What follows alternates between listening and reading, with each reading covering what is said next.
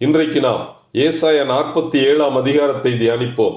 ஆண்டவருக்கே மகிமையும் கனமும் ஸ்தோத்திரமும் உண்டாவதாக. இந்த அதிகாரத்தை வெளிப்படுத்தின விசேஷம் 18 அதிகாரத்துடன் சேர்ந்து வாசிக்க வேண்டும். இது பாபிலோனிய ஸ்திரீ என்று அழைக்கப்படும் விசுவாசத்திலிருந்து வழி விலகிய விழுந்து போன திருச்சபையை குறித்த தீர்க்க தரிசனமாகும். இந்த அதிகாரத்தில் பயன்படுத்தும் அநேக வார்த்தைகள் அங்கும் பயன்படுத்தப்படுகிறது. எனவே இந்த அதிகாரத்தை இரட்டை தீர்க்க தரிசனமாக புரிந்து கொள்ள வேண்டும். பாபிலோன் குமாரத்தியாகிய கன்னிகையே, நீ இறங்கி மண்ணிலே உட்காரு.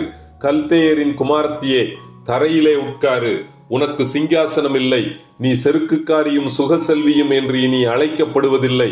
கல்தேயரின் குமாரத்தியே, நீ அந்தகாரத்துக்குள் பிரவேசித்து மௌனமாய் உட்காரு. இனி நீ ராஜ்யங்களின் நாயகி என்று அழைக்கப்படுவதில்லை. சிறைப்பட்ட என் ஜனங்கள் மீது இரக்கம் வையாமல் முதிர் வயதுள்ளவர்கள் மேல் உன் நுகத்தை மகா பாரமாக்கினாய்.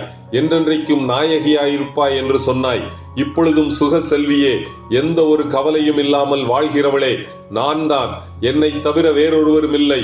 நான் விதவையாவது இல்லை, நான் சந்தானம் இல்லாமல் போவதில்லை என்று உன் இருதயத்தில் அகந்தையாய் சொல்லுகிறவளே, கர்த்தர் சொல்லுகிறதை கேள். உனக்கு சந்தான சேதமும் விதவை இருப்பும் ஆகிய இவ்விரண்டும் சடிதியாக ஒரே நாளில் வரும். உன் சூனிய வித்தைகள் உன்னை காப்பாற்றப் போவதில்லை. உன் துன்மார்க்கத்திலே நீ திட நம்பிக்கையாயிருந்து என்னை பார்க்கிறவர் ஒருவரும் இல்லை என்றாய். உன் ஞானமும் உன் அறிவுமே உன்னை கெடுத்தது. நான் தான், என்னை தவிர ஒருவரும் இல்லை என்று உன் இருதயத்தில் எண்ணினாய். ஆகையால் தீங்கு உன் மேல் வரும்.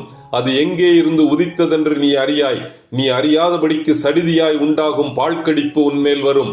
உன் திரளான யோசனைகளினால் நீ இளைத்து போனாய். உன் ஜோசியரும் நட்சத்திரம் பார்க்கிறவர்களும் அமாவாசி கணிக்கிறவர்களும் எழும்பி உன்னை ரட்சிக்கப் போவதில்லை. நெருப்பு அவர்களை சுட்டரிக்கும். அவர்கள் தங்கள் பிராணனை அக்கினி ஜுவாலையிலிருந்து விடுவிப்பதில்லை.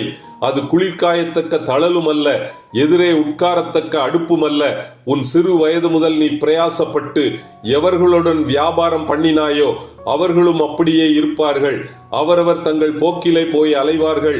உன்னை பெர்ஷிய ராஜாவாகிய கோரேசிடம் இருந்து ரட்சிப்பாரில்லை. இதை கர்த்தராகிய நான் சொன்னேன், அது நிறைவேறும். இத்துடன் ஏசாயா 47 அதிகாரம் முடிவடைகிறது. கர்த்தர் தாமே நம் எல்லோரையும் ஆசீர்வதிப்பாராக. ஆமேன்.